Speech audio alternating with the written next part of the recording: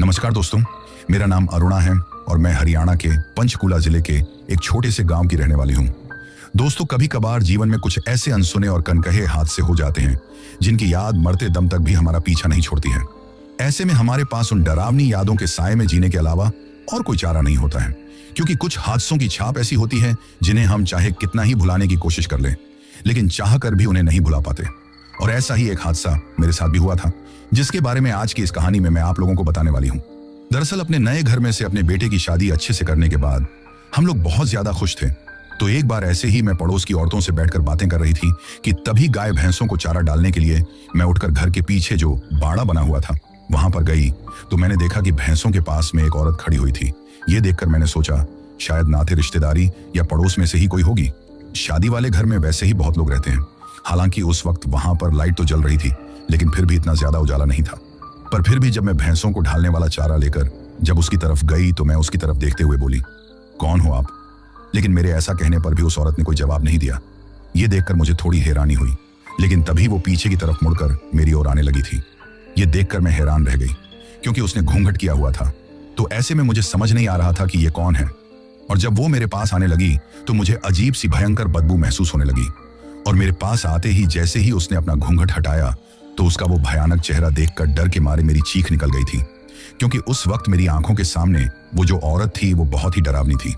उसकी आंखों के नीचे काले गड्ढे और गुस्से में लाल चमकती हुई आंखें, पूरा शरीर हड्डियों का ढांचा जैसा था। ये देखकर मेरा तो कलेजा ही मुंह को आ गया था। तभी वो बड़ी ही भयानक आवाज में बोली, क्या हुआ? अब ये सुनकर मैं थर थर कांपने लगी और वहां से चिल्लाते हुए भागते हुए मैं वापस आ गई। अब मेरे चिल्लाने की आवाज सुनकर जो पड़ोस की कुछ औरतें और कुछ नाते रिश्तेदार के लोग थे वो पूछने लगे कि आखिर हुआ क्या है। तो मैं घबराते हुए बस यही बोल पा रही थी कि वो बाड़े में पीछे। अब ये सुनकर किसी के कुछ समझ में नहीं आया, तो मेरा बेटा शिवम बोला, क्या हुआ मम्मी? पर मैं उससे भी ज्यादा कुछ नहीं बोल पाई। फिर वे लोग पीछे जाकर देखकर आए, लेकिन उन्हें कोई नहीं मिला, जबकि पीछे की साइड कोई ऐसा रास्ता भी नहीं था कि वहां से कोई जा सके। सिर्फ आगे की साइड होकर ही रास्ता था। ऐसे में कोई औरत आकर जा सके ये तो आसान नहीं था। साथ में ही जो कुछ मैंने देखा उसे देखकर लग रहा था कि वो कोई औरत नहीं, मेरे सामने कोई बुरी शक्ति थी। उस वक्त मैं थर थर कांपे जा रही थी। ये देखकर सभी मुझे समझाने लगे कि कुछ नहीं है, तो बस ऐसे ही भ्रम हुआ होगा और कुछ नहीं। फिर पड़ोस की औरतें तो चली गईं, नाते रिश्तेदारी के कुछ ही लोग थे। वे लोग रात रुक गए थे। उस रात मैं अपने कमरे में जाकर सो गई। रात अच्छे से गुजर गई। किसी तरह का कोई डरावना सपना नहीं आया, न कुछ डरावना सा महसूस हुआ। अगले दिन मैंने सोचा शायद हो सकता है शादी विवाह की वजह से मुझे थकान बहुत ज्यादा हो गई हो, जिसकी वजह से कोई भ्रम हुआ था। लेकिन मेरा दिल ये मानने को तैयार नहीं था कि मुझे कोई भ्रम हुआ था। सारा दिन विवाह की जो बाकी की रस्में में थी उन्हें पूरा करने में गुजर गया। अब घर परिवार में जो नाते रिश्तेदारी के लोग थे वे भी अपने अपने घर चले गए थे। उस दिन शाम को बहू को लेने के लिए उनके मायके से उनके भाई आए, तो वो अपने भाई के साथ पग फेरे के लिए अपने मायके चली गई थी। फिर घर का सारा काम करने के बाद कल की ही तरह मैं रात को भैंसों को चारा डालने के लिए जाने लगी, लेकिन मुझे घबराहट हो रही थी। अब मैंने अपने पति से साथ चलने के लिए कहा, तो पहले तो उन्होंने कहा कि यार कुछ नहीं है, तुम चली जाओ। लेकिन फिर वो मेरे साथ चल दिए।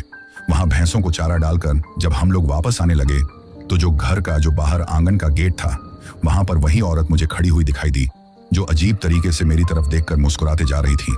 ये देखकर मैं थर थर कांपने लग गई। मुझ में इतनी हिम्मत नहीं थी कि अब चिल्ला सकूं। मैं एक जगह पर ही खड़ी हो गई।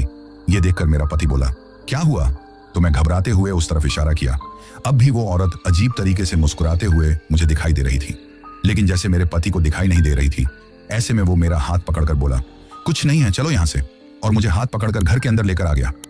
लेकिन मुझे वो औरत वहीं पर खड़ी दिखाई दे रही थी, जो इसी तरह मुस्कुराते हुए जा रही थी।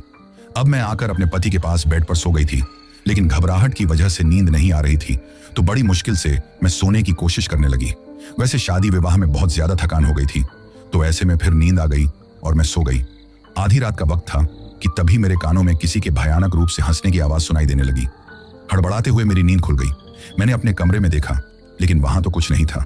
तभी मेरी कमरे की खिड़की से बाहर की तरफ नजर गई, जहां वही औरत मेरी तरफ देखकर जोर जोर से हंसते जा रही थी। ये देखकर मेरे तो पैरों तले जमीन खिसक गई। पल भर में ही मेरे दिल की धड़कन बढ़ गई। मैं जोर जोर से चिल्लाने लग गई थी, जिसकी वजह से मेरे पति की नींद खुल गई। तो वो मुझे संभालते हुए बोले, क्या हुआ? तो मैं घबराते हुए हड़बड़ाते हुए बोली, वहां पर कोई औरत है, वहां पर कोई औरत है। अब मेरे पति मुझे ही डांटते हुए बोले, ये क्या नाटक लगा रखा है? कोई नहीं है वहां पर, सो जाओ। अब मैं सोने के लिए लेट गई, लेकिन मेरी नजर तो खिड़की की तरफ ही थी, जहां पर वो औरत मुझे खड़ी हुई दिखाई दे रही थी। तभी अचानक वो औरत न जाने कहां चली गई। ये देखकर अब मुझ में इतनी हिम्मत नहीं थी कि कमरे से बाहर जाकर देख सकूं। मैं तो थर थर कांपे जा रही थी। अब भगवान का नाम लेते हुए मैंने आंखें बंद कर ली और कुछ ही देर में मुझे नींद आ गई। अगले दिन सुबह होते ही कल रात जो कुछ हुआ था, उन सब की वजह से मैं बहुत ज्यादा डर रही थी। समझ में नहीं आ रहा था कि आखिर ये हो क्या रहा है। बहू को लेने के लिए मेरा बेटा, उनका दोस्त और कुछ घर परिवार के लोग भी चले गए थे। धीरे धीरे सारा दिन घर के कामकाज में गुजर गया। शाम को बहू भी आ गई थी। ऐसे में पड़ोस की औरतों को बुलवाकर मंगल गीत गाए गए। आज मैं डरते डरते भैंसों को चारा डालने के लिए गई, लेकिन मुझे वो डरावनी औरत दिखाई नहीं दी, तो वापस जल्दी से आकर मैंने थोड़ी चैन की सांस ली। तभी मेरी सासू माँ मेरी तरफ देखते हुए बोली, ये क्या नाटक लगा रखा है? अशोक कह रहा था कि बेवजह ही चिल्लाने लगती हो। ये सुनकर मैं हड़बड़ाते हुए बोली, नहीं माँ जी, मैं सच कह रही हूँ। मुझे कोई औरत दिखाई दी थी, बड़ी ही डरावनी सी थी। मुझे तो लगता है कि इस नए घर में कोई ना कोई गड़बड़ तो है। ये सुनकर मेरी सासू माँ गुस्से में चिल्लाते हुए बोली, बस कर, कुछ भी बोलती रहती है। नई बहू के सामने कुछ ऐसा मत बोलना, वरना वो समझेगी कि मेरी सास एक नंबर की पागल है। और वैसे भी पुराने घर में तो कुछ ना हुआ। इस घर में भी लगभग हम 2 महीने से रह रहे हैं। हमें तो कुछ ना दिखाई दिया, तुझे ही दिखाई देता है। तू तो शुरू से है ही पागल। ये कहते हुए मुझे ही सुनाने लगी थी, तो मैंने कुछ नहीं कहा और अपने कमरे में आ गई।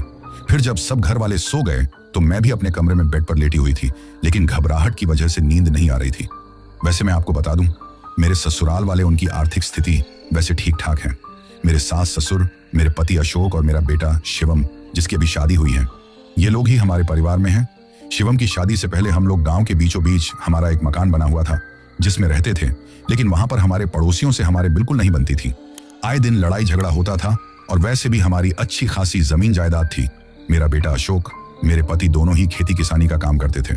मेरे साथ ससुर बुजुर्ग हो चुके थे। मैं घर का कामकाज करती थी।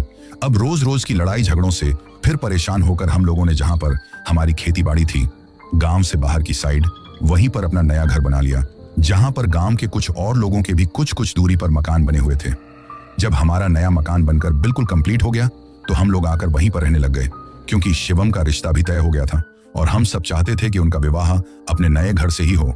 जब हम लोग नए घर में आकर रहे तो वहां किसी तरह की कोई प्रॉब्लम नहीं थी। 2 महीने ठीक ठाक से गुजरे। उसके बाद शिवम की शादी हुई और जिस दिन दुल्हन आई उसी दिन शाम को वो डरावनी औरत मुझे दिखाई दी थी। ऐसे में कहीं इस नए घर में कोई गड़बड़ तो नहीं है, कहीं कोई बुरी शक्ति चलकर तो घर में नहीं आ गई है। ऐसी बहुत सारी बातें मेरे दिमाग में घूम रही थी और फिर मेरी आंखें लग गईं। अचानक आधी रात को मेरी नींद खुली और मुझे याद आया कि मौसम का तो कुछ पता नहीं है, कभी बारिश हो जाती है तो कभी मौसम ठीक हो जाता है। और मैंने बहुत सारे कपड़े धोकर ऊपर छत पर सूखने के लिए डाले हैं। इससे पहले कोई आंधी आए, कपड़ों को उड़ाकर ले जाए, या फिर कोई बरसात आए, मैं कपड़े लेकर आ जाऊंगी। उस वक्त पल भर के लिए मेरे दिलो दिमाग में से वो डरावनी औरत निकल गई थी। अब मैं जल्दी से हड़बड़ाते हुए सीढ़ियों से होकर ऊपर छत पर गई। वहां पर जाकर जैसे ही कपड़े उतारने लगी तो अचानक मेरी नजर एक कोने की तरफ गई, जहां पर एक औरत बैठी हुई थी। वो बिल्कुल बिना कपड़ों के थी। ये देखकर मेरे तो होश उड़ गए। मुझे लगा शायद वही डरावनी औरत है। तभी वो चलकर मेरी तरफ आने लगी। ये देखकर कांपते हुए मैं वहां से भागना ही चाहती थी कि तभी मेरी नजर उस औरत के चेहरे की तरफ गई तो मेरे होश उड़ गए, क्योंकि वो औरत कोई और नहीं, मेरी बहू सुरेखा थी, जो बिल्कुल बिना कपड़ों के छत पर थी। ये देखकर मैं हैरान रह गई और उसके पास जाकर बोली, बेटा, ये क्या हालत बना रखी है और यहाँ क्या कर रही हो तुम? इस तरह कौन आता है छत पर? तो वो मेरी तरफ घूर घूर कर अजीब तरीके से देखने लगी, जैसे मुझे जानती ही नहीं हो, और फिर अजीब तरीके से मुस्कुराने लगी। तो मुझे थोड़ी घबराहट तो हुई, लेकिन इससे पहले मेरी सासू माँ को कुछ पता चले, वो बात का बतंगड़ बनाए, मैंने सुरेखा का हाथ पकड़ा और जो कपड़े थे उनमें से एक चादर उसके ऊपर डाली। फिर उसे लेकर नीचे आई और बाथरूम में बंद कर दिया। फिर उसके मायके से जो सामान आया हुआ था वो ऐसे ही एक दूसरे कमरे में रखा हुआ था। मैंने वहां जाकर उसमें जल्दी से एक सूट निकाला और उसे लाकर बाथरूम में पहनाया। फिर उसकी तरफ देखते हुए बोली, इस तरह की हरकत नहीं करते बेटा, तुम समझती हो ना सब कुछ, फिर ऐसी हरकत क्यों करती हो? अब रात काफी हो गई है, जाओ जाकर सो जाओ। परंतु वो अजीब तरीके से घूर कर मेरी तरफ देखती रही, लेकिन बोली कुछ नहीं। उसका इस तरह का व्यवहार मुझे कुछ ठीक नहीं लग रहा था, परंतु मैंने सोचा शायद ऐसे ही तबीयत थोड़ी ठीक नहीं है, न वैसे भी मायके से आई थी। तभी शिवम ने बताया था कि उसे थोड़ा बुखार है, इसलिए मैंने ज्यादा इस बारे में नहीं सोचा और अपने कमरे में जाकर सोने के लिए लेट गई। अगले दिन सुबह सुरेखा जब कमरे में से आई तो वो बिल्कुल नॉर्मल लग रही थी। आकर उसने हम सबके पैर छुए, आशीर्वाद लिया फिर घर के कामों में मेरी मदद करने लगी तो अकेले में मैं उसकी तरफ देखते हुए बोली, बेटा रात को तुम इस तरह छत पर क्यों घूम रही थी? ये सुनकर वो मेरी तरफ हैरानी से देखने लगी और बोली, छत पर? मैं तो अपने कमरे में थी, मैं छत पर कब गई? अब ये सुनकर मेरी तो हैरानी का ठिकाना नहीं रहा। मैं बोली, नहीं बेटा तुम छत पर। मेरी बात पूरी कर पाती उससे पहले ही वो बोली, लेकिन मम्मी जी मैं छत पर कब गई थी? मैं तो अपने कमरे में सो रही थी। क्यों, क्या हुआ? कोई बात हुई है क्या? उसको इस तरह बोलते हुए देखकर मेरे कुछ समझ में नहीं आया। कभी तो मैं सोच रही थी कि शायद रात की बात मानने से उसे थोड़ी शर्मिंदगी महसूस हो रही होगी, या फिर कभी सोचती कोई और चक्कर तो नहीं है। वैसे सुरेखा को देखकर कोई कह नहीं सकता कि इसकी तबीयत खराब है। सबसे अच्छे से बातें कर रही थी। तभी मेरी सासू माँ आई और सुरेखा से प्यार से बातें करने लगी और मुझे बेवजह ही डांटने लगी। मैंने भी अब कुछ नहीं कहा। वही सुरेखा बार बार मेरी तरफ देख कर रही थी। जैसे मैंने जिस तरह उससे छत के बारे में पूछा था, उसे खुद को भी हैरानी हो रही थी कि मैं आखिर क्या बोल रही हूँ। सारा दिन इसी तरह घर का कामकाज करते हुए निकल गया। शाम को घर का सारा कामकाज होने के बाद, भैंसों को चारा देने के बाद मैं और सुरेखा दोनों छत पर बैठकर बातें कर रहे थे। वैसे सुरेखा में मुझे एक तरह से अपनी बेटी नजर आ रही थी। मेरे अपने कोई बेटी नहीं थी। जैसे सुरेखा से आने से मेरी बेटी की कमी पूरी हो गई थी। तभी मुझे वही आंगन के गेट के पास में जो डरावनी औरत खड़ी हुई दिखाई देती थी, वो दिखाई दी, जो दूर से ही मेरी तरफ देखती जा रही थी। अंधेरे में उसकी लाल आंखें चमक रही थी। ये देखकर मेरे तो दिल की धड़कन बढ़ गई। मैं घबराने लग गई थी। तो मुझे इस तरह घबराते देखकर सुरेखा बोली, क्या हुआ मम्मी जी? लेकिन जैसे मैं तो उस डरावनी औरत को ही देखे जा रही थी, अब सुरेखा ने उस तरफ देखा और बोली, आप क्या देख रही हैं? वहां तो कोई नहीं है। यह सुनकर मैंने सुरेखा की तरफ देखा और फिर से उस तरफ देखा तो सच में अब वो औरत मुझे कहीं दिखाई नहीं दे रही थी। तो घबराते हुए हैरानी से मैं चारों तरफ देखने लगी, लेकिन वो डरावनी औरत मुझे कहीं दिखाई नहीं दी। ऐसे में सुरेखा फिर बोली, क्या हुआ मम्मी जी? तो मैं हड़बड़ाते हुए बोली, अरे कुछ नहीं। मैंने सुरेखा को कुछ इसलिए नहीं बताया क्योंकि मुझे नहीं लगता था कि उस वक्त वो मेरी बात पर यकीन करती, और यकीन करती तो बेवजह ही डर जाती। इसलिए मैंने उससे कुछ नहीं कहा। धीरे धीरे दिन गुजरते लगे थे। कुछ ही दिन गुजरे थे। इन गुजरे हुए दिनों में कभी वो डरावनी औरत मुझे भैंसों के पास खड़ी हुई दिखाई देती, कभी गेट पर खड़ी दिखाई देती, कभी सारा दिन और रात भी दिखाई नहीं देती थी। अब तो जैसे ही ये सब कुछ देखने की आदत पड़ गई थी। वैसे मुझे डर तो बहुत लगता था, लेकिन मुझे पता था कि अगर मैं किसी से कुछ बोलूंगी तो कोई मेरी बात पर यकीन नहीं करेगा। मेरी सासू माँ उल्टा मुझे ही भला बुरा बोलेगी। इसलिए मैंने घबराते हुए किसी से कुछ कहना ही छोड़ दिया। हाँ, जब वो डरावनी औरत मुझे दिखाई देती तो मैं डरते हुए मन ही मन में भगवान का नाम लेती। वैसे वो औरत बस मुझे डराने की कोशिश करती थी, लेकिन उसने मुझे कोई नुकसान नहीं पहुंचाया था। तभी एक रात जब हम सो रहे थे तो अचानक कमरे का दरवाजा खटखटाने की आवाज आने लगी। ये सुनकर हड़बड़ाते हुए मेरी नींद खुल गई। पहले तो घबराहट होने लगी कि कौन है, क्योंकि वो डरावनी औरत अक्सर मुझे रात के वक्त कमरे की खिड़की के पास भी खड़ी हुई दिखाई दे जाती थी। तभी दरवाजा खटखटाने की फिर से आवाज आई तो मैं घबराते हुए हड़बड़ाकर बोली, कौन है? तो मैं हूं मम्मी। शिवम की आवाज सुनकर मैंने दरवाजा खोलकर देखा कि शिवम काफी ज्यादा परेशान था और गुस्से में भी था। ये देखकर मैं बोली, क्या हुआ बेटा? ये कहकर उसका हाथ पकड़कर लेकर थोड़ी दूर पर आई ताकि उसके पापा की नींद न खुले, वरना बेवजह ही डांट लगाएंगे कि आधी रात के वक्त ऐसा क्या काम आ गया। अब शिवम मेरी तरफ देखकर पहले तो गुस्से में कुछ नहीं बोला और फिर बोला, मम्मी कैसी पागल लड़की से आपने मेरी शादी करवा दी है? ये सुनकर मैं बोली, क्यों, क्या हुआ? तो अब शिवम कुछ नहीं बोला, लेकिन बहुत ज्यादा गुस्से में था। तो मैं फिर बोली, बेटा हुआ क्या है, बताओ तो। अब वो बोला, पता नहीं क्या हो जाता है, रोज रात को न जाने कब छत पर चली जाती है, मुझे तो पता ही नहीं चलता, और पूरी छत पर सारी रात बिना कपड़ों के घूमती रहती है। मुझे तो कहते हुए भी शर्म आती है कि कैसी पागल लड़की है। मैंने काफी समझाया, रात को तो कुछ सुनती नहीं है। अभी कुछ देर पहले लेकर आया था, अब सो गई है। दिन में कुछ पूछूंगा तो इस तरह नाटक करेगी जैसे उसे कुछ पता ही नहीं है। मैं ऐसी पागल लड़की के साथ अपनी जिंदगी नहीं गुजार सकता मम्मी। ये सुनकर मैं भी बहुत ज्यादा परेशान हो गई। फिर कुछ सोचकर मैं बोली, नहीं बेटा ऐसा नहीं कहते, अभी तुम्हारी शादी को 1 महीना भी नहीं हुआ है। हो सकता है उसकी तबीयत खराब हो, जिसकी वजह से रात को उसे होश नहीं रहता कि वो क्या कर रही है। ये सुनकर शिवम बोला, आप तो ऐसी बातें ना कीजिए। पापा को कुछ बोलता तो बेवजह ही चिल्लाने लग जाते, और दादाजी को कुछ सुनाओ तो वो भी बेवजह चिल्लाने लग जाते हैं। दादी अच्छी खासी रामायण कथा खोलकर बैठ जाती हैं। कम से कम आप तो समझो। अब ये सुनकर कुछ सोचकर मैं उसे वहीं एक कुर्सी पर बैठाकर दूसरी कुर्सी पर खुद बैठकर बोली, बेटा सच बताऊं तो एक दिन मैंने भी सुरेखा को ऐसे ही छत पर घूमते हुए देखा था, लेकिन कहीं तुम सब उस पर गुस्सा न करो इसलिए किसी से कुछ नहीं बोला। परंतु बेटा मुझे लगता है कि कोई न कोई और बात है। यह सुनकर शिवम मेरी तरफ देखते हुए बोला, और क्या बात हो सकती है? तो मैं बोली, दिन में देखा था तुमने सुरेखा को, कितना अच्छे से रहती है, कितनी समझदार बच्ची है, और रात को अचानक उसे हो क्या जाता है? वैसे भी दिन में उसे कुछ भी याद नहीं रहता। और तुम भी तो सोचो बेटा कि क्या कोई औरत चाहेगी कि इस तरह उसके ससुराल में उसकी बदनामी हो, उसका हंसता खेलता परिवार बिखर जाए? नहीं ना। यह सुनकर शिवम भी कुछ समझ नहीं पाया, तो मैं फिर बोली, बेटा, शादी विवाह में दूल्हा दुल्हन पर बुरी शक्तियों का साया होता है, आसपास मंडराते रहती हैं। तो ऐसी शक्तियां मौका देखते ही दूल्हा दुल्हन पर जल्दी हावी हो जाती हैं। ऐसे में हो सकता है कि कोई बुरी शक्ति सुरेखा को भी चिपक गई हो, जिसकी वजह से वो ऐसी हरकत करती हो। यह सब सुनकर शिवम बोला, और आपको लगता है ऐसा कुछ है? तो मैं बोली, तुम बताओ, दिन में वो जिस तरह रहती हैं, तुम्हें लगता है वो ऐसी कोई हरकत कर सकती हैं? अब शिवम कुछ सोचकर बोला, हाँ मम्मी, ये बात तो ठीक है, मैंने तो इस बारे में सोचा ही नहीं, बस उसकी ऐसी हरकतें देखकर गुस्सा हो गया। तो मैं बोली, देखो बेटा, घर में किसी को इस बारे में बताना मत, बेवजह ही बात बढ़ जाएगी। तुम्हारी दादी को तो तुम जानते ही हो। मेरी बात मानो, सुबह होते ही सुरेखा को लेकर जो देवी माँ का मंदिर है वहां पर चले जाना, वहां पर जाकर ताबीज करवा लेना, फिर देखते हैं कि वो ऐसी हरकत करती है या नहीं। अगर फिर भी ऐसी हरकत करेगी तो हम उसे किसी डॉक्टर को दिखाएंगे जो दिमागी इलाज करता हो। अब यह सुनकर शिवम को भी मेरी बात ठीक लगी। फिर वो अपने कमरे में सोने के लिए चला गया और मैं वापस अपने कमरे में लौट आई। अब मुझे भी बहुत ज्यादा चिंता हो रही थी।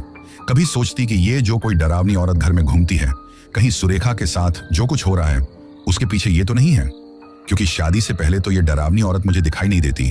तो कभी लगता कि कहीं सुरेखा के दिमागी की हालत ठीक है या नहीं। दिन में तो कोई उसे देखकर कह नहीं सकता कि वो ऐसा कुछ कर सकती है, और रात को अचानक ऐसी हरकतें। उस वक्त बहुत सारी बातें मेरे दिमाग में आ रही थी। तभी अचानक मुझे अपने कानों में किसी के भयानक रूप से हंसने की आवाज सुनाई देने लगी। तो हड़बड़ाते हुए मैंने अपने चारों तरफ देखा तो घर के बाहर से घुंघरू के बजने की आवाज सुनाई देने लगी। ये सुनकर मुझे समझ में आ गया कि ये वही डरावनी औरत है।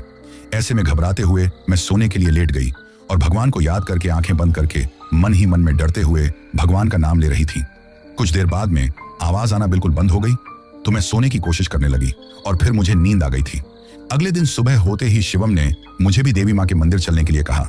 तो कुछ सोचकर मैं बोली, ठीक है बेटा, और उनके साथ मोटरसाइकिल पर देवी माँ के मंदिर चली गई, जहां पर जाकर हमने देवी माँ के दर्शन किए। मैंने पुजारी जी से सुरेखा के लिए ताबीज बनवाने के लिए कहा कि नई नवेली बहू है, किसी की बुरी नजर लग जाए, कोई भी बुरी शक्ति की नजर इस पर पड़ जाए। ऐसे में पुजारी ने मेरे कहने पर ताबीज बना दिया। लेकिन जब मैं सुरेखा को वो ताबीज पहनाने लगी तो सुरेखा जैसे बहुत ज्यादा घबराने लगी थी। अब मैं बोली, क्या हुआ बेटा? तो हड़बड़ाते हुए मैं बोली, कुछ नहीं, आप अपने ताबीज रहने दीजिए, मैं ठीक हूं। लेकिन मैं बोली, बेटा, ये तुम्हारी बुरी शक्तियों से रक्षा करेगी, पहन लो। परंतु वो ताबीज पहनना नहीं चाहती थी। तब शिवम ने उसे डांट लगाई। तब जाकर उसने ताबीज पहना। लेकिन ताबीज पहनने के बाद जैसे वो बहुत बेचैन सी नजर आ रही थी। अब हम लोग वापस घर लौट कर आ गए। धीरे धीरे सारा दिन गुजर गया। अगले दिन मैंने शिवम से पूछा, बेटा, अब कैसी तबीयत है उसकी? तो शिवम बोला, आप सही कहती थी मम्मी कि उसके ऊपर जरूर कोई बुरी शक्ति ही थी, जिस वजह से वो ऐसी हरकत करती थी। जबकि ताबीज पहनने के बाद आज रात उसने ऐसी कोई हरकत नहीं की। ये सुनकर मैं बोली, हाँ बेटा, सुरेखा बड़ी समझदार बच्ची है। और वैसे भी बेटा, अगर कोई गलती हो जाए ना तो घर की बात घर तक रहे और दोनों पति पत्नी की बात दोनों तक सीमित रहे तो अच्छी बात है ना। ये सुनकर शिवम बोला, हाँ मम्मी। धीरे धीरे इसी तरह दिन गुजरने लगे। उसके बाद सुरेखा ने रात में ऐसी कोई हरकत नहीं की। सब कुछ ठीक तरीके से चल रहा था। शिवम और सुरेखा दोनों की शादी को 4 महीने हो गए थे। तभी पता चला कि सुरेखा मां बनने वाली है। अब सुरेखा के मां बनने की खबर सुनकर हम सब घर वाले बहुत ज्यादा खुश थे। सुरेखा का ध्यान रख रहे थे। मेरी सास तो बार बार उसे बेटे होने की दुआ दे रही थी। उस दिन हॉस्पिटल से सुरेखा को दिखाकर लेकर आए। सभी रिपोर्ट नॉर्मल थी, किसी तरह की कोई प्रॉब्लम नहीं थी। वही इन बीते कुछ दिनों से वो डरावनी औरत भी मुझे दिखाई नहीं दी थी। ऐसे में उस रात जब मैं सो रही थी तो मुझे ऐसी आवाज सुनाई देने लगी जैसे कोई मेरे कमरे के बाहर बैठकर रो रहा है। किसी के रोने की भयानक आवाज मुझे सुनाई दे रही थी, जिसकी वजह से हड़बड़ाते हुए मेरी नींद खुल गई। वो आवाज कमरे के बाहर से आ रही थी। ये सुनकर पहले तो हिम्मत नहीं हुई कि जाकर देखूं, क्योंकि जब से वो डरावनी औरत मुझे दिखाई दी थी तो तब से अब मुझे हर कहीं डर लगने लगा था। लेकिन जब वो आवाज ज्यादा आने लगी तो मैंने सोचा कि कहीं सुरेखा को कोई प्रॉब्लम तो नहीं है और वो दरवाजा खटखटाने से हिचकिचा रही हो। ये सोचकर मैंने दरवाजा खोला। उस वक्त बरामदे का जो बल्ब था वो बंद था। तो मैं बोली, सुरेखा बेटा, तुम हो? क्या हुआ, कोई बात है क्या? जैसे ही मैंने ये कहा तो उस औरत ने पलट कर देखा तो ये वही डरावनी औरत थी जो भयानक रूप से रोते जा रही थी। अब चांदनी रात में उसे देखकर मेरे तो पैरों तले ही जमीन खिसक गई। मेरे होश उड़ गए। मैं घबराते हुए अपने कमरे में भाग आई थी और कांपते हुए जा रही थी। उस वक्त ऐसा लग रहा था जैसे बेहोश हो जाऊंगी। तभी मुझे घर के बाहर आंगन में पायल के बजने की आवाज आने लगी, लेकिन अब इतनी हिम्मत नहीं थी कि बाहर देख सकूं। ऐसे में मैं फिर सोने के लिए बेड पर बैठ गई। उस वक्त मैं बहुत ज्यादा डर रही थी, इसलिए भगवान का मन ही मन में नाम लेने लगी। ज्यादा कुछ तो आता नहीं था, तो मन ही मन में हनुमान चालीसा बोलने लगी, जिसकी वजह से थोड़ा डर कम हुआ और सोने की कोशिश करने लगी तो जैसे तैसे मुझे नींद आ गई। सुबह होने पर रात की बात याद आते ही बहुत ज्यादा डर लगने लगा। समझ में नहीं आ रहा था कि किसी को कुछ बताऊं या नहीं बताऊं, क्योंकि कोई मेरी बात पर यकीन भी नहीं करेगा। और वैसे भी कुछ दिनों से तो ये डरावनी औरत मुझे दिखाई नहीं दी थी, फिर अचानक अब क्यों दिखाई देने लग गई। मैं इसी सोच में थी कि तभी सुरेखा आई और बोली, क्या हुआ मम्मी जी? तो मैं हड़बड़ाते हुए बोली, कुछ नहीं बेटा।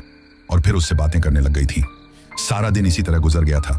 अब जैसे ही शाम हुई तो मुझे डर लगने लगा कि वो डरावनी औरत फिर से मुझे दिखाई देगी, लेकिन वो औरत मुझे दिखाई नहीं दी।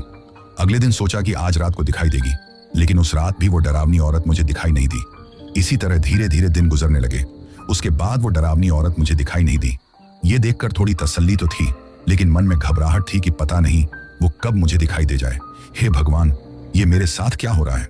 तो कभी सोचती कि मैं भी जाकर अपने आप को ताबीज बनवा लूं, लेकिन सोचती वो डरावनी औरत कौन सी मुझे चोट पहुंचाती है। ऐसे में ताबीज होने पर भी वो मुझे दिखाई तो वैसे भी दे सकती है। ऐसी बहुत सारी बातें मेरे दिमाग में आती रहती थी। धीरे धीरे दिन गुजरने लगे। समय समय पर सुरेखा को अस्पताल लेकर जाकर हम उसे डॉक्टर को दिखाते। सब कुछ ठीक चल रहा था। मेरी सासू माँ को तो सिर्फ पोता चाहिए था, लेकिन शिवम जब वो ज्यादा कुछ पोते की रट लगाती तो उसे डांट देता कि उसके लिए बेटा और बेटी में कोई फर्क नहीं है, और उनकी बातों पर ज्यादा ध्यान नहीं देता था। अभी सुरेखा का 5वां महीना लगा था कि एक रात सुरेखा के चिल्लाने की भयानक चीख हमको सुनाई दी, जिसे सुनकर हड़बड़ाते हुए मेरी और अशोक दोनों की ही नींद खुल गई। हम भागते हुए कमरे से बाहर आए तो देखा कि शिवम हमें ही आवाज लगा रहा था। हम भागते हुए सुरेखा के कमरे के पास गए। अब अशोक तो बाहर ही रुक गया था और मैं अंदर चली गई। सुरेखा दर्द में तड़पती जा रही थी। ये देखकर मैं और शिवम सुरेखा को संभालने की कोशिश करने लगे। मेरी सासू माँ भी वहां आ गई। सुरेखा दर्द में तड़प रही थी और फिर सुरेखा को ब्लडिंग स्टार्ट हो गई। ये देखकर हम सबके होश उड़ गए। अब तुरंत ही सुरेखा को अस्पताल ले जाने की तैयारी करने लगे। जब हम लोग सहारा देकर उसे गाड़ी तक लेकर आए तो मुझे अपने कानों में भयानक रूप से हंसने की आवाज सुनाई देने लगी। वो आवाज इतनी तेज थी कि ऐसा लग रहा था जैसे मेरे कान के पर्दे ही फट जाएंगे।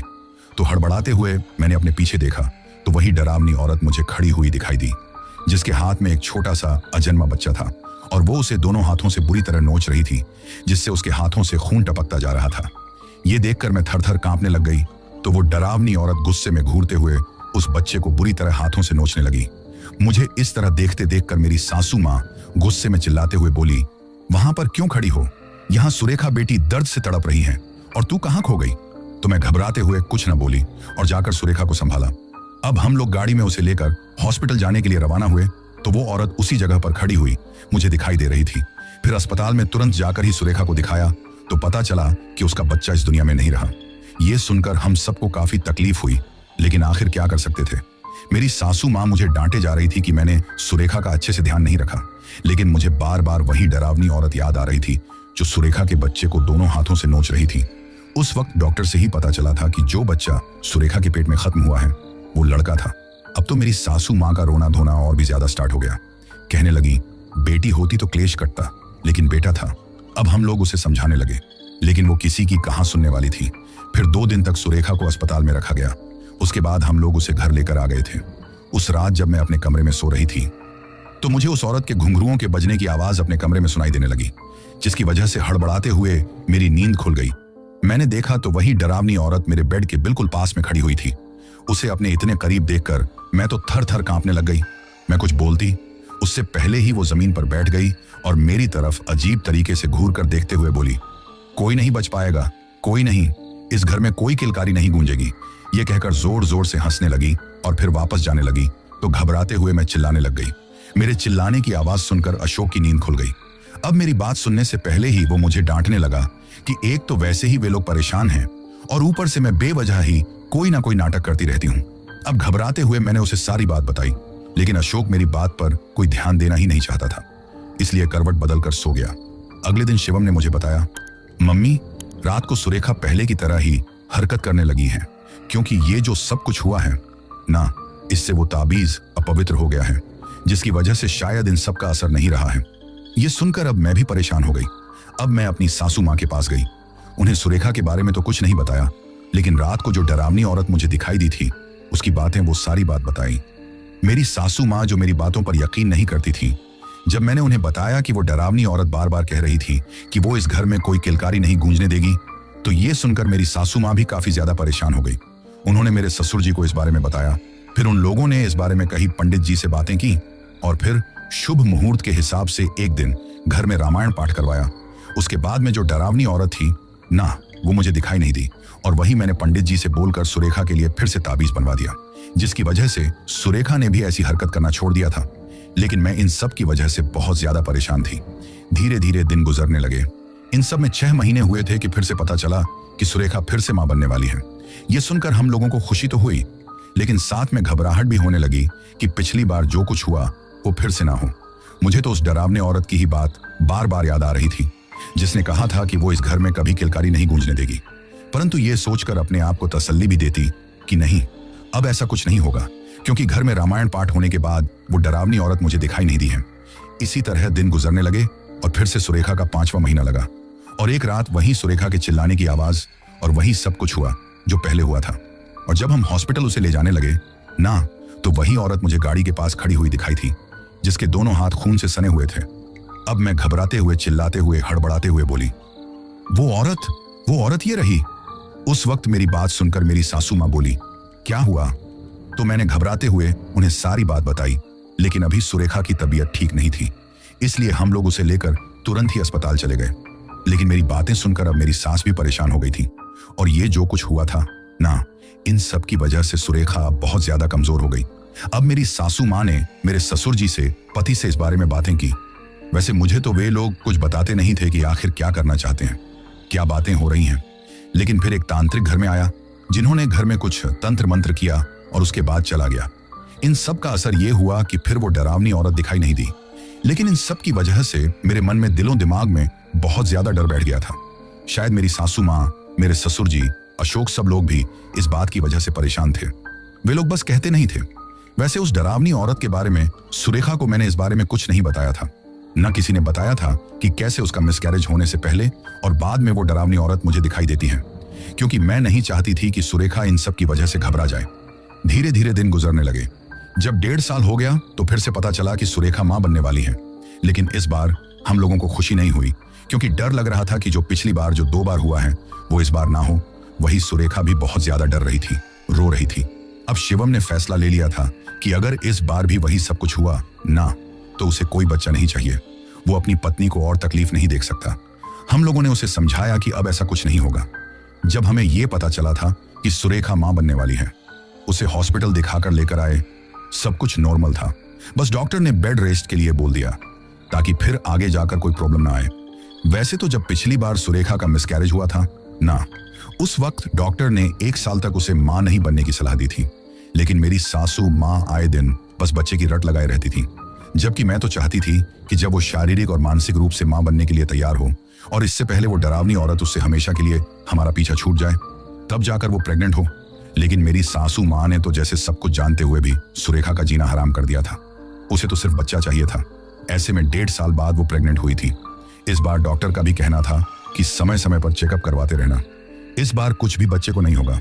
उसी रात मेरी सासू मां के चिल्लाने की आवाज हमें सुनाई दी, जिसे सुनकर घबराते हुए हम सबकी नींद खुल गई। और जब हम लोग भागकर बाहर आए तो हमने देखा कि वो काफी डरते हुए आंगन से छत की तरफ देख रही थी। ये देखकर हम कुछ समझ पाते उससे पहले ही शिवम ऊपर छत पर पहुंच गया था और उसने कंबल में सुरेखा को ढक लिया। उस वक्त सुरेखा बिना कपड़ों के ऊपर छत पर घूम रही थी। वो उसे लेकर नीचे आया, लेकिन उससे पहले ही वो बेहोश हो गई थी। मेरी सासू माँ से अशोक और मेरे ससुर जी पूछने लगे कि क्या हुआ, लेकिन सासू माँ कुछ बता नहीं पा रही थी। उन्हें अभी तक सुरेखा के बारे में पता नहीं था। जब बार बार उन्होंने पूछा तो मेरी सासू माँ हड़बड़ाते हुए बोली, कुछ नहीं है। ये कहते हुए उन्होंने बात बदल दी। लेकिन मैं बहुत ज्यादा परेशान थी। साथ में हैरानी हो रही थी कि मेरी सासू माँ ने इस बात का हंगामा क्यों नहीं किया। शायद कुछ सोचकर चुप हो गई होंगी। अगले दिन ही घर में फिर से तांत्रिक बुलाया गया। उसने तंत्र विद्या की और इन सब की वजह से फिर से सुरेखा ने रात में ऐसी हरकतें नहीं की। धीरे धीरे दिन गुजरने लगे। हम सब सुरेखा का बहुत ज्यादा ख्याल रख रहे थे। उसे जरा सा भी कोई काम नहीं करने देते। खाने पीने से लेकर हर तरह से उसका ख्याल रख रहे थे। ताकि कोई प्रॉब्लम ना आए। घर में भी अब बजाय मेरी सासू माँ कुछ ज्यादा ही पूजा पाठ करने लगी थी कि सब कुछ ठीक हो, लेकिन मुझे तो रात को ही ये सोचकर नींद नहीं आती कि पता नहीं क्या होगा। वही सुरेखा की प्रेगनेंसी का 5वां महीना आते ही सबके दिल की धड़कन बढ़ गई कि पता नहीं क्या होगा, क्योंकि 2 बार पहले भी सुरेखा के साथ जो कुछ हुआ उसे याद करके हर कोई घबरा रहा था, डर रहा था, और जैसा सबने सोचा बिल्कुल वैसा ही हुआ। वही एक रात सुरेखा को बहुत ज्यादा तकलीफ हुई। वो दर्द से चिल्लाने लगी, चीखने लगी। हम लोग उसे अस्पताल लेकर जाने लगे तो वही डरावनी औरत मुझे घर के आंगन के गेट के पास खड़ी हुई दिखाई दी। अभी उसके हाथ के नाखूनों से खून टपक रहा था। ये देखकर उस वक्त तो डरते हुए मैं कुछ ना बोल पाई, लेकिन समझ में नहीं आ रहा था कि ये औरत आखिर हमारे पीछे क्यों पड़ी है। काफी तांत्रिकों से भी इलाज करवाया, पंडित के यहाँ पर आकर भी घर में रामायण पाठ करवाया, लेकिन आखिर ये औरत हमारा पीछा क्यों नहीं छोड़ रही है? क्या दुश्मनी है आखिर इसकी हमसे? कुछ भी मुझे समझ में नहीं आ रहा था। उस वक्त हमारे ऊपर दुखों का पहाड़ टूट गया जब इस बार अपने बच्चों के साथ अस्पताल जाते ही सुरेखा की भी जान चली गई। ये सब कुछ हमारे लिए किसी गहरे सदमे से कम नहीं था। सब लोगों की आंखों में आंसू थे। सुरेखा के मायके वाले भी आए। आखिर होने को कौन टाल सकता था? ऐसे में सुरेखा का अंतिम संस्कार भी कर दिया गया। हर कोई बहुत ज्यादा डर रहा था, रो रहा था। किसी ने सोचा भी नहीं था कि ऐसा कुछ हो सकता है। गांव में तो हर किसी को यह लग रहा था कि पहले जो कुछ हुआ था उसकी वजह से सुरेखा बहुत ज्यादा कमजोर हो गई थी और शायद इसी वजह से उसकी जान चली गई। डॉक्टर ने भी यही बोला था, जिसकी वजह से सुरेखा के मायके वाले भी हमें ये दोष दे रहे थे कि हमने सुरेखा का ध्यान नहीं रखा, तो कमजोरी के चलते उसकी जान चली गई। अब हम कैसे बताते कि हमने तो सुरेखा को बिल्कुल अपने पलकों पर बिठाए रखा था। मैं रोते हुए बार बार उस डरावनी औरत के बारे में सोचते जा रही थी जो मुझे दिखाई देती थी, और मुझे पूरा यकीन था कि उसी ने सुरेखा के बच्चे की जान ली है, और शायद अब सुरेखा की जान उसी ने ली होगी। सुरेखा को अभी 13 दिन नहीं हुए थे कि मैं अपनी गाय भैंसों को चारा डालने के लिए गई थी, तो वहां पर वही डरावनी औरत मुझे खड़ी हुई दिखाई दी। लेकिन अब इतना सब कुछ हो चुका था, जिसके बाद मुझे डर नहीं लगा और मैं गुस्से में उसके पास चली गई और गुस्से में चिल्लाते हुए बोली, कौन हो तुम? क्यों हमारे पीछे पड़ी हो? क्या बिगाड़ा था हम लोगों ने तुम्हारा, जो तुम ये सब कुछ कर रही हो? 3 बच्चों को तो तुम ले गई, अब मेरी बहू को भी ले गई। ये कहते हुए मैं रोते जा रही थी और उसे भला बुरा कह रही थी। वो बहुत ज्यादा डरावनी थी, लेकिन उस वक्त पता नहीं क्यों मेरा डर न जाने कहां चला गया। तभी वो औरत अजीब तरीके से मेरी तरफ मुस्कुराते हुए देखने लगी और फिर बिना कुछ कहे ही खड़ी रही। जब मैं गुस्से में फिर से चिल्लाने लगी तो वो भयानक आवाज में एक ही बात बोली, इस घर में कभी कोई किलकारी न गूंज पाएगी। इस खानदान के हर वारिस का नामो निशान मिटा दूंगी मैं। ये कहकर वो वहां से चलती ही गई। मैं उसे जाते हुए देखती रही। उसके घुंघरुओं की आवाज मुझे दूर दूर तक सुनाई दे रही थी। अब वो डरावनी औरत गेट से निकलकर खेतों की तरफ चली गई थी और न जाने कहां अंधेरे में गायब हो गई। मुझे पता ही नहीं चला। उसकी बातें मेरे दिलो दिमाग में गूंज रही थी। ऐसा लग रहा था जैसे मैं बेहोश हो जाऊंगी। बड़ी मुश्किल से मैंने अपने आप को संभाला और अब घबराते हुए मैं अंदर आई। लेकिन इस समय माहौल इस तरह का था कि किसी से कुछ कहना भी ठीक नहीं था, तो मैंने किसी से कुछ नहीं बोला, लेकिन बार बार यही बातें सोच रही थी। वैसे हमारे साथ इतना सब कुछ हो चुका था जिसकी वजह से बहुत ज्यादा तकलीफ हो रही थी, लेकिन अभी तो इससे भी ज्यादा कुछ ऐसा होने वाला था जिसकी हमने कल्पना भी नहीं की थी। सुरेखा की मौत को 13 दिन ही हुए थे कि एक रात मेरे पति अशोक, जो रात को बाहर आंगन में बने हुए बाथरूम में टॉयलेट के लिए गए हुए थे, अचानक उनके चिल्लाने की आवाज सुनाई दी। जब हम लोग घबराते हुए बाहर गए तो हम सब घर वालों ने देखा कि शिवम बिना कपड़ों के ऊपर छत पर टहल रहा था। यह देखकर हर कोई घबरा गया। अब अशोक और मेरे ससुर ने जाकर शिवम को संभाला, लेकिन जैसे उसे किसी चीज का होश नहीं था, कुछ देर बाद वो बेहोश हो गया था। यह देखकर सभी घर वाले बहुत ज्यादा डरने लगे। सोचने लगे कि शायद सुरेखा की आत्मा ही इसके ऊपर आ गई है, जिसकी वजह से ये ऐसी हरकतें कर रहा है। जब उसे होश आया तो वो बस घबराते हुए हैरानी से चारों तरफ देख रहा था, जैसे उसे तो कुछ भी पता नहीं था कि आखिर उसके साथ क्या हुआ है। ये देखकर हम सभी घर वाले बहुत परेशान थे। फिर कहीं से किसी दूसरे तांत्रिक के बारे में किसी ने बताया तो अशोक उस तांत्रिक को लेकर आए और घर में वही तंत्र मंत्र करवाया गया, जिससे कुछ दिनों तक सब कुछ शांत रहा और फिर से वही सब कुछ हो गया। अब हर बार कोई नया तांत्रिक या पंडित आता, ये सब कुछ करता। ऐसे में कुछ दिन तक आराम रहता और फिर रात को उसी तरह शिवम बिना कपड़ों के छत पर टहलने चले जाते। इसके साथ में ही अब उसकी दिमागी हालत भी ठीक नहीं थी। वो गुस्से में बेवजह चिल्लाने लगता था, चीखने लगता था, यहां तक कि घर का कोई भी सामान उठाकर हमारी तरफ फेंक देता। जब भी कोई उससे मिलने आता तो उसके गाल पर तमाचा रख देता था। धीरे धीरे पूरे गांव में यह खबर फैल गई थी कि शिवम की दिमागी हालत ठीक नहीं है। कुछ लोग तो कहते कि अपनी पत्नी और 3 बच्चों को खोने के बाद उसे गहरा सदमा लगा है, जिसकी वजह से वो ऐसा कर रहा है। तो कुछ कहते थे कि उसकी पत्नी ऐसी मौत मरी है तो हो सकता है उसकी आत्मा का साया इसके ऊपर हो। फिर हमने जहां जहां तांत्रिक पंडित और जिन लोगों ने भी बताया वहां पर शिवम का इलाज करवाया, लेकिन उसकी हालत ठीक होने की बजाय और ज्यादा ही बिगड़ती जा रही थी। ऐसे में हम लोग और भी ज्यादा परेशान हो गए। क्या करें, कुछ भी समझ में नहीं आ रहा था। तभी एक रात मैं और अशोक दोनों ही सो रहे थे कि अचानक मेरी नींद खुली तो मैं बहुत ज्यादा घबरा गई, क्योंकि मेरा बेटा शिवम उसी तरफ बिना कपड़ों के हमारे बेड के पास में खड़ा हुआ गुस्से में अशोक को घूरता जा रहा था और उसकी आंखों की पुतली बिल्कुल सफेद थी। ये देखकर मेरी चीख निकल गई।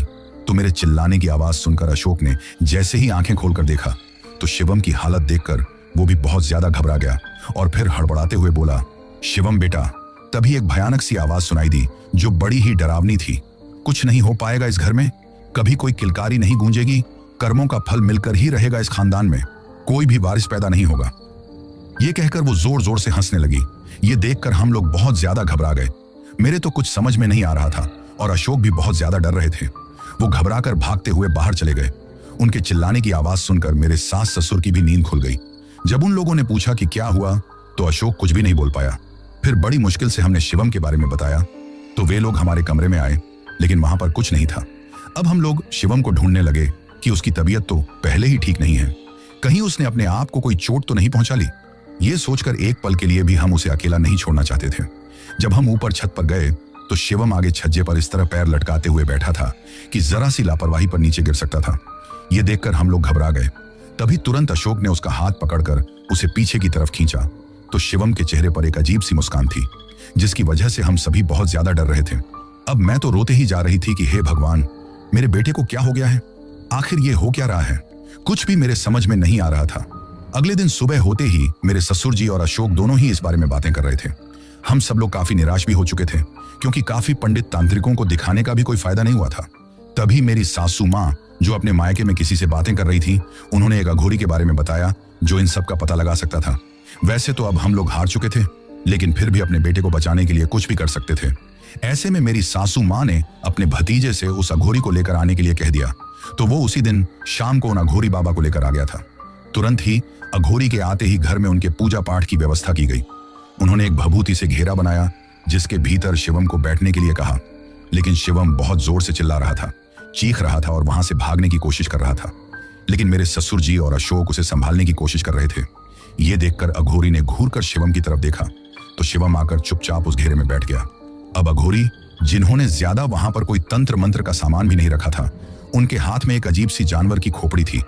वो उसे हाथ में लेकर कुछ मंत्र बोलने लगा। तो इन सब की वजह से शिवम को बहुत ज्यादा तकलीफ होने लगी। वो चीखने चिल्लाने लगा और उसकी आवाज बहुत ज्यादा भयानक हो गई।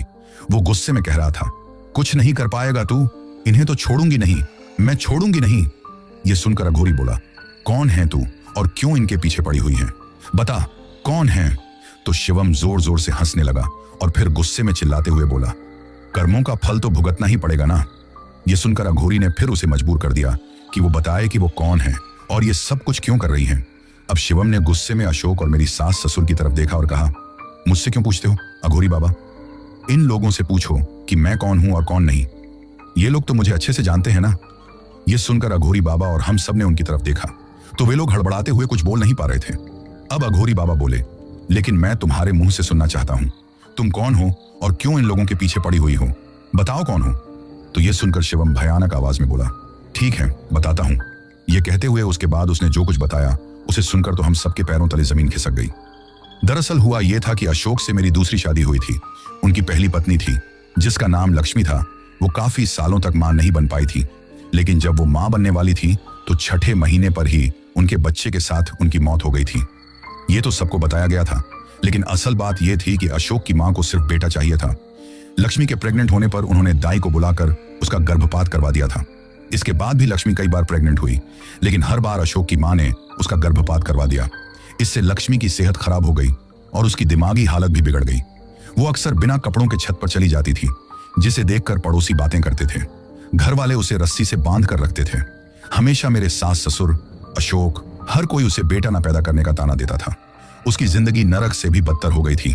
लेकिन एक बार जब वो बेटे की मां बनने वाली थी तो उसके शरीर में इतनी ताकत नहीं थी, क्योंकि उसके ना जाने कितने अबॉर्शन करवा दिए गए थे और उल्टी सुध दवाइयां दी गई थी। तो 6 महीने पर ही उन्हें दर्द शुरू हो गया। उस वक्त दाई को बुलाया जाता था, क्योंकि गांव में लोग अस्पताल में बहुत कम ले जाते थे। इसलिए उसकी हालत को बिगड़ते हुए देखकर और ये देखकर कि उसे अस्पताल ले जाना जरूरी है, उन लोगों ने लक्ष्मी पर कोई ध्यान नहीं दिया। बस फॉर्मेलिटी के लिए अब दाई को बुलाया गया तो अपने बच्चे के साथ लक्ष्मी की भी जान चली गई। इसके बाद मेरे साथ अशोक का रिश्ता हो गया। मेरी सासू माँ को मुझसे भी बेटा ही चाहिए था। शायद ये मेरी किस्मत अच्छी थी या मेरे बच्चे की किस्मत अच्छी थी कि डरा धमका कर उन्होंने दाई से मुझे भी देखने के लिए कहा और दाई ने देखकर ही बता दिया कि मैं बेटे की माँ बनने वाली हूँ। इसके बाद मेरी सासू माँ और सभी घर वाले बहुत ज्यादा खुश हो गए। लक्ष्मी के इस तरह मौत होने से किसी को भी जैसे जरा सा भी अफसोस नहीं था। मुझे तो बस यही बताया गया था कि वो काफी लंबे समय तक माँ नहीं बनी, उनकी दिमागी हालत भी ठीक नहीं थी, फिर माँ बनी और अपने बच्चे के साथ ही इस दुनिया से चली गई। इससे ज्यादा मुझे कुछ पता नहीं था। मरने के बाद जब मेरी शादी नहीं हुई थी, उससे पहले ही लक्ष्मी की आत्मा भटकने लगी थी। वो कई बार घर वालों को भी दिखाई दे गई थी। ऐसे में उन्होंने किसी पहुंचे हुए तांत्रिक को बुलाकर पूरे घर के चारों तरफ एक सुरक्षा घेरा बनवा दिया, जिससे लक्ष्मी की आत्मा अंदर ना आ सके और वो किसी को कोई तकलीफ ना पहुंचाए, जिसकी वजह से वो फिर किसी को दिखाई नहीं देती थी और ना घर के अंदर आ सकती थी। जब मैंने शिवम को जन्म दिया तो जो तंत्र मंत्र उस आत्मा पर करवाया गया था, उसकी वजह से वो शिवम को भी कोई तकलीफ नहीं पहुंचा पाई थी। परंतु जब हमने नया मकान बनाया, उस घर को छोड़कर यहाँ आ गए, तो वो सुरक्षा घेरा कोई काम ना आया। ऐसे में वो आत्मा कुछ दिन तो शांत रही, लेकिन जब शिवम की शादी हुई तो फिर मुझे दिखाई देने लगे। क्योंकि जब उस तांत्रिक से तंत्र मंत्र करवाया गया था, उस वक्त मैं नहीं थी, मेरी तो शादी भी नहीं हुई थी, तो इन सब का असर मुझ पर नहीं था, तो वो मुझे दिखाई दे रही थी। लेकिन मेरी बात पर किसी भी घर वाले ने पहले यकीन नहीं किया था, क्योंकि इतने सालों से लक्ष्मी की आत्मा दिखाई ना देने पर ये लोग तो लगभग उसे भूल ही गए थे। परंतु इन्हें क्या पता कि कर्म लौटकर वापस जरूर आता है। फिर वही सब कुछ जो लक्ष्मी के साथ हुआ था, बिना कपड़ों के घूमना, वही सब कुछ सुरेखा के साथ होने लगा। और सुरेखा के बच्चे को इसमें कोई शक नहीं था कि लक्ष्मी की आत्मा शिवम के शरीर में आ चुकी है। अब शिवम के अंदर जो लक्ष्मी की आत्मा थी, वो घूर कर अशोक की तरफ देखते हुए बोली, तुम्हें तो सब कुछ पता था ना, और तुम अपने माँ बाप के सरवंट बेटे थे। तुम्हारी खुद की संतान मेरी कोख में मारी जा रही थी और तुम सब कुछ देखते रहे, अपने माँ बाप का ही साथ देते रहे। ये कहते हुए मेरी सासू माँ की तरफ देखकर गुस्से में चिल्लाते हुए बोली, और तुमने मुझसे ना जाने मेरी कितनी बेटियां छीन ली, मेरी जान ले ली, तो तुम्हें क्या लगता है कि मैं तुम्हें चैन से जीने दूंगी? ये सब कुछ तुमने बेटे की चाह में किया था ना। शिवम को तो तुमने उस वक्त बचा लिया था, लेकिन इस खानदान में कभी कोई किलकारी ना गूंजेगी, ना मैं कभी गूंजने दूंगी। तुम्हारी आंखों के सामने ही तुम्हें तड़पते हुए देखूंगी। जब तुम अपने पोते की हालत देखोगे, जिस पोते की चाह में तुमने ऐसा घिनौना पाप किया है, ना उन सब की सजा तो तुम्हें मिलकर ही रहेगी। मैं इन लोगों को अपनी आंखों के सामने तड़पते हुए देखना चाहती हूँ। ये कहते हुए वो गुस्से में चिल्लाने लगी और फिर शिवम बेहोश होकर गिर गया। अब मैं गुस्से में सबकी तरफ देख रही थी। अब किसी की भी इतनी हिम्मत नहीं थी कि मेरी तरफ नजर उठाकर देख सके। अघोरी ने और जो मेरी सासू माँ का भतीजा था, उन्होंने ये सब कुछ सुना तो उन लोगों को भी अब मेरी सासू माँ की हरकतों पर बहुत ज्यादा गुस्सा आने लगा। तभी अघोरी बोला, तुम लोगों ने महापाप किया है और जिनके लिए भगवान भी तुम्हें माफ नहीं कर सकता, और तुम लोगों के ही पापों की सजा है कि ये इस बच्चे को मिल रही है। और इसकी पत्नी भी इसी तरह तड़पते हुए चली गई, क्योंकि घर के लोगों द्वारा किए गए गुनाह उसकी संतान को भुगतने पड़ते हैं। ये कहकर रात के वक्त ही अघोरी बाबा वहां से उठकर चला गया। सभी ने उन्हें रोकने की कोशिश की, लेकिन वो नहीं रुके। वहीं मेरी सासू माँ का भतीजा भी वहां से चला गया था। अब मैं रोने के सिवाय कुछ नहीं कर पाई, क्योंकि मुझे पता था कि ये जो कुछ मेरे बेटे के साथ हो रहा है, वो सब कुछ मेरे पति, मेरे सास ससुर के कर्मों का ही फल है, जो मेरा बेटा भुगत रहा है।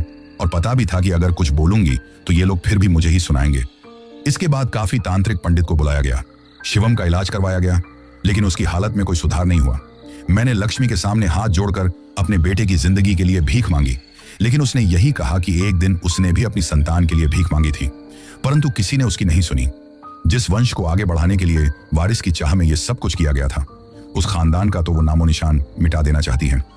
आज शिवम की हालत इस तरह की है कि पहले तो वो घर में ही घूमता था, आज कभी कभी रात को बिना कपड़ों के घर से भाग जाता है, कभी दिन में कहीं चला जाता है, किसी राह चलते को थप्पड़ जड़ देता है, तो कभी किसी से बेवजह झगड़ा कर लेता है, कभी चीखने चिल्लाने लगता है। गांव में अब लोग उसे पागल कहते हैं। उसकी ऐसी हालत देखकर हम सबको बहुत तकलीफ होती है। मेरी सासू माँ, ससुर जी और अशोक अपने कर्मों की सजा अपनी आंखों के सामने देखते हैं, लेकिन अपने बेटे की हालत कर नहीं पाती। परंतु अब चाहते हुए भी तो कुछ नहीं कर सकती। बस रोते हुए लक्ष्मी से माफी मांगती हूँ कि जो कुछ उसके साथ हुआ उसकी सजा मेरे बेटे को ना दे। लेकिन मेरे बेटे की हालत में कोई सुधार नहीं हुआ।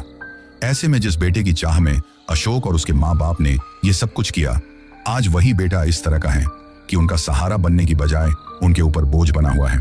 और जिस खानदान के लिए उन्होंने ये सब कुछ किया था, आज मेरे बेटे की हालत को देखकर लगता नहीं है कि उनका वंश कभी आगे भी बढ़ पाएगा। सच कहते हैं लोग कि कभी कभी हमारे पूर्वजों के किए हुए कर्म भी हमें देखने को मिलते हैं। अगर वे लोग अच्छे कर्म करते हैं तो उनके असर से हमें खुशियां मिलती हैं, और अगर बुरे कर्म करते हैं तो उनकी सजा भी हमें भुगतनी पड़ती है। आज भी न जाने बेटे की चाह में न जाने कितनी बेटियों को कोख में मार दिया जाता है, और इन सब का खामियाजा भुगतना पड़ता है, क्योंकि इन सब की सजा भगवान देकर रहता है।